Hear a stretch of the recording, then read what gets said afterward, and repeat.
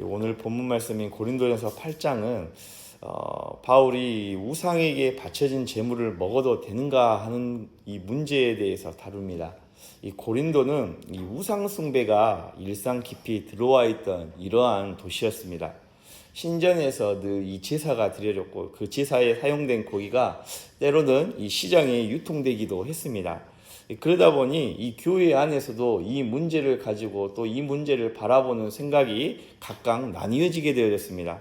어떤 사람은 이 우상은 아무것도 아니니까 이 고기를 먹는 데에 아무런 문제가 되지 않는다라는 생각했던 사람들도 있었고, 또 한편에서는 예전에 이 우상 숭배하던 이 기억 때문에 그 음식을 먹는 거에 자체에 대하여서 이 마음 가운데에 걸리는 이런 문제들이 있었던 것입니다.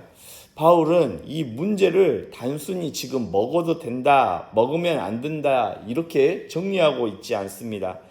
오늘 본문에서 이 문제에 대하여서 더 중요한 문제를 더 깊이 다루는 것을 볼 수가 있습니다. 그리스도인이 이 자기 지식과 이 자유를 어떻게 사용해야 하는가에 대하여서 이 우상에 바쳐진 이 제물에 대하여서 먹어도 되는가, 먹지 않아야 되는가, 이 문제에 넘어서 이 그리스도인의 지식과 자유를 어떻게 사용해야 하는가에 대한 문제까지 가지고 이야기를 하는 것을 볼 수가 있습니다. 무엇을 할 수 있느냐, 이 문제보다 더 중요한 것은 바로 오늘 본문 말씀에서 이것이 형제를 세우고 또 교회 공동체의 덕을 세울 수 있는가에 대한 이 문제까지 더 깊이 다루고 있는 것이죠. 오늘 특별히 1절 말씀을 보게 되면 이 고린도 안에 있는 자신들에게 바른 지식이 있다고 생각하는 사람들이 있다는 사실에 대해서 이야기를 합니다. 그들은 이 우상이 실제 이 신이 아니고 또 하나님 하나님은 한 분이시라는 것에 대해서 잘 알고 있는 사람들이었습니다. 교회 안에서요. 그래서 이 우상의 제물을 먹는 문제에 대하여서 자유롭게 생각했던 것이죠. 1절에서 바울은 그 지식에 대하여서 이 자체에 대해서 부정하지는 않습니다. 믿음에는 분명히 바른 지식이 필요합니다. 그러나 이 바울은 지식이 어떻게 쓰이고 있는가에 대하여서 이야기를 합니다. 지식이 사랑과 함께 가지 않으면 사람을 세우는 것이 아니라 결국에는 사람을 교만하게 만들 수 있다는 사실에 대해서 지적을 합니다. 반대로 사랑은 덕을 세운다라고 이야기하고 있는 것이죠. 형제를 세우고 교회를 세우고 다른 사람이 하나님 앞에 바르게 믿음 가운데에 세워질 수 있도록 돕는 것이 바로 교회여야 된다는 사실을 1절을 통하여서 이야기하고 있는 것입니다. 그래서 바울은 스스로 안다고 여기는 태도에 대하여서 돌아볼 것에 대하여서 지금 권면하고 있는 것입니다. 그래서 2절과 3절 말씀을 보게 되어지면은 이 바른 하나님을 아는, 하나님을 바르게 안다고 하는 사람들은 결코 교만해질 수 없다는 사실에 대해서 이야기하면서 바른 지식 가운데, 하나님을 아는 바른 지식 가운데 있는 사람은 반드시 모든 하나님 앞에서 또 모든 사람 앞에서 교회 공동체 안에서 겸손한 믿음으로 나타날 수밖에 없다는 사실에 대해서 이야기하고 있는 것입니다. 하나님을 안다고 하면서도 형제를 무시한다면, 교회 공동체 안에서 형제를 무시한다면 그 지식은 사랑 안에서 지금 사용되어지고 있지 않다는 사실에 대해서 이야기하고 있는 것이죠.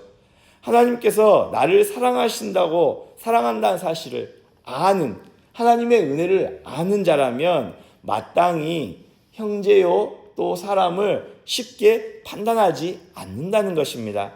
하나님께서 나를 오래 참아주시고 또 용납하여 주시고 받아주시는 이 은혜를 아는 자라면 형제의 이러한 믿음의 연약함도 교회 공동체가 함께 기다려줄 줄 아는 믿음의 공동체가 되어져야 된다는 사실에 대해서 이야기하고 있는 것입니다. 그러면서 바울은 이 지식의 내용을 이 4절과 6절을 통하여서 더욱더 분명하고 선명하게 이야기를 하는데요. 이 4절과 6절 말씀을 우리 성도님들께서 여러분들께서 함께 읽도록 하겠습니다. 4절과 6절 말씀입니다. 읽겠습니다.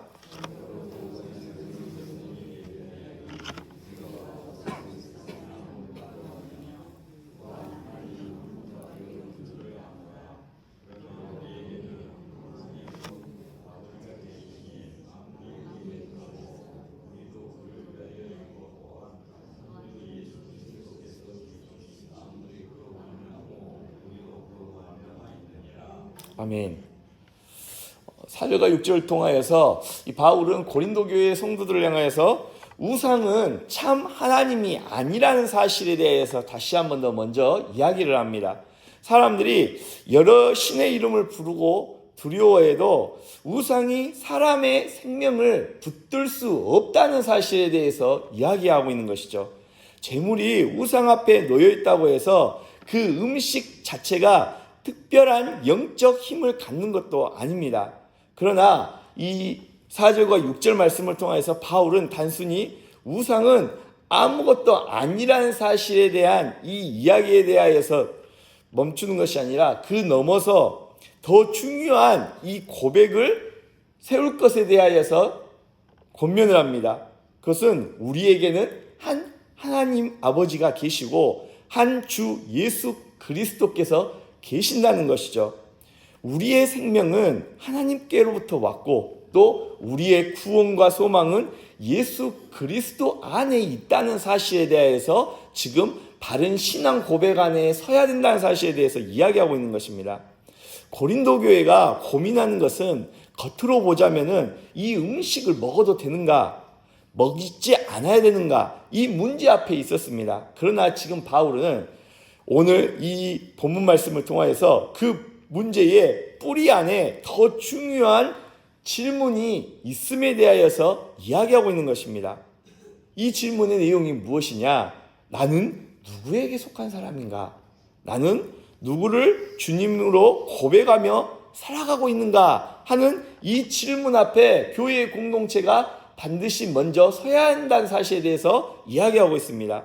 이 고백이 바로 서야 바로 이 안에서 주님께서 하나님께서 우리에게 주신 자유도 바르게 사용할 수 있다는 사실에 대해서 이야기하고 있는 것이죠.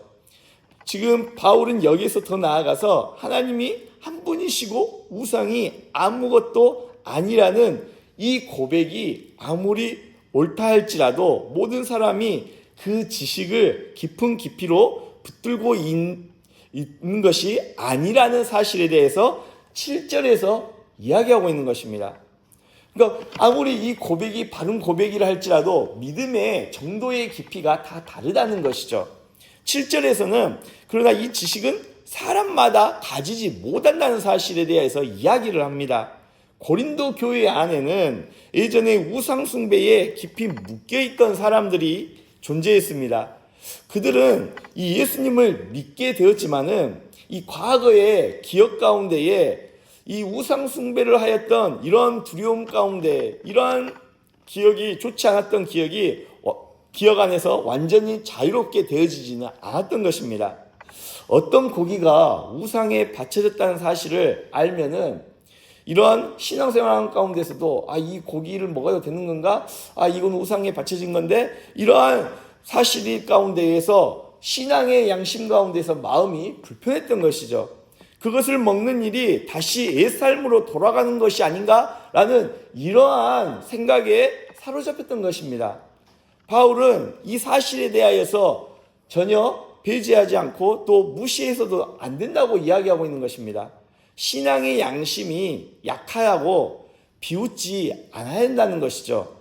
오히려 그들의 이 신앙에 완전히 복음 안에서 진리 안에서 서지 못하는 이 연약한 신앙의 양심이 다치지 않도록 교회가 서로 살펴야 한다는 사실에 대해서 8절과 9절을 통하여서 이야기하고 있는 것입니다. 음식 자체가 우리를 하나님 앞에 더 신앙 가운데 낮게 만들지 못한다는 사실에 대해서 이야기하고 있는 것입니다. 먹는다고 더 거룩하여진 것도 아니고 또 먹지 않는다고 해서 우리가 구원에서 더 가까이 되고 또 때로는 더 멀리 되어지고 이러한 구원의 문제와는 완전히 별개의 문제라는 것입니다. 그렇다면은 굳이 내 자유를 증명하기 위하여서 형제를 불편하게 만들, 즉 교회의 공동체 안에 있는 믿음이 연약한 자들을 굳이 시험에 들게 할 필요가 없다는 사실에 대해서 8절과 9절 말씀을 통해서 이야기하고 있는 것이죠. 바울은 신앙 안에서, 복음 안에서 주어진 이 자유를 부정하지는 않습니다. 그러나 그 자유가 형제에게 걸림돌이 된다면 조심해야 된다는 사실에 대해서 권면하고 이야기하고 있는 것입니다. 이 성숙한 믿음은 내 자유를 형제와 공동체 가운데에 믿음의 덕을 위해 또한 형제를 사랑함으로 멈출 줄 아는 데에 있는 것입니다. 오늘 이 시대에 우리가 교회 안에서 공동체를 섬길 때에, 교회 공동체를 섬길 때에도 마찬가지입니다. 때로는 어떤 말은 내가 할 수 있고 또 어떠한 행동은 내가 하는 데에 아무런 문제가 되지 않을 수가 있습니다. 왜냐하면 우리에게는 자유가 있기 때문에 그렇습니다. 그러나 이러한 내 안의 자유가 내 옆에 형제 자매에게 내 행동과 말이 큰 상처가 되거나 신앙에 큰 혼란을 가져다 줄 수 있다면은 우리는 나에게 주어진 이 신앙의 자유를 때로는 절제하고 믿음의 덕을 세울 수 있는 사람이 되어야 된다는 사실입니다.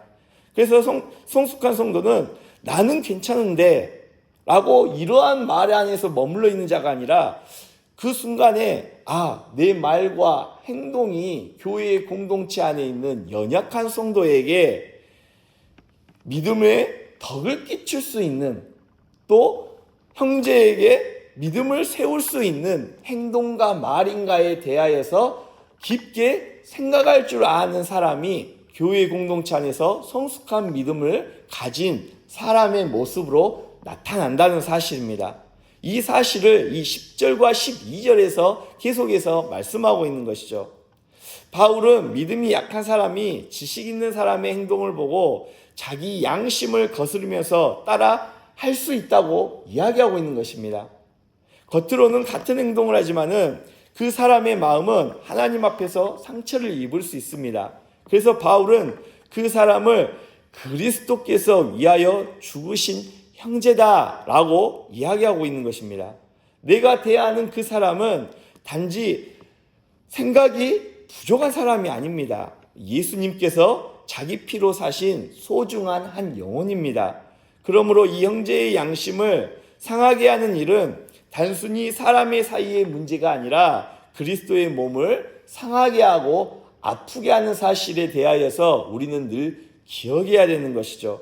우리의 이런 잘못된 행동과 말들을 통하여서 신앙의 자유, 나에게도 자유가 있다 이렇게 이야기하면서 우리 안에 믿음의 덕을 끼치지 못하는 행동들이 믿음이 연약한 자들을 통하여서 상처받게 되어지고 더 나아가서는 이러한 잘못된 모습들을 연약한 자들이 보고 답습할 수 있는, 따라할 수 있는, 결국에는 교회 공동체 안에 이 문제가 큰 문제로 나중에는 이야기되어질 수 있는, 발전할 수 있는 이러한 문제로까지 나아갈 수 있다는 사실에 대해서 10절과 12절을 통해서 바울이 이야기하고 있는 것입니다. 그래서 13절에서 바울은 마지막으로 이렇게 이야기하고 있는 것이죠. 그러므로 만일 음식이 내 형제를 식욕하게 한다면 나는 영원히 고기를 먹지 아니하여 내 형제를 실족하지 않게 하리라 라고 이야기하고 있는 것입니다. 고기를 먹지 않고 먹고 이 문제가 중요하지 않습니다. 이 고기를 사도 바울은 먹을 수도 있지만 내 신앙 안에서는 이 고기를 먹을 수 있지만 이 문제가 내가 고기를 먹음으로 인하여서 교회 공동체 안에서 문제가 발생할 수 있다면 나는 이 자유를 포기하고 고기를 먹지 않겠다라고 이야기하고 있는 것입니다. 지금 사도 바울이 이야기하고 있는 것은 자기 권리를 증명하는 것이 아니었습니다. 형제를 살리는 것이 교회의 공동체 안에서 항상 먼저였던 것이죠. 자기 자유를 끝까지 사용하지 않는 것이 교회의 덕이 되어진다면 마땅히 교회를 위하여서, 공동체를 위하여서 자기의 권리와 자유를 포기하겠다고 이야기하고 있는 것입니다. 사랑하는 성도 여러분, 이처럼 성숙한 사람은 더 지식적으로 많이 아는 사람이 아닙니다.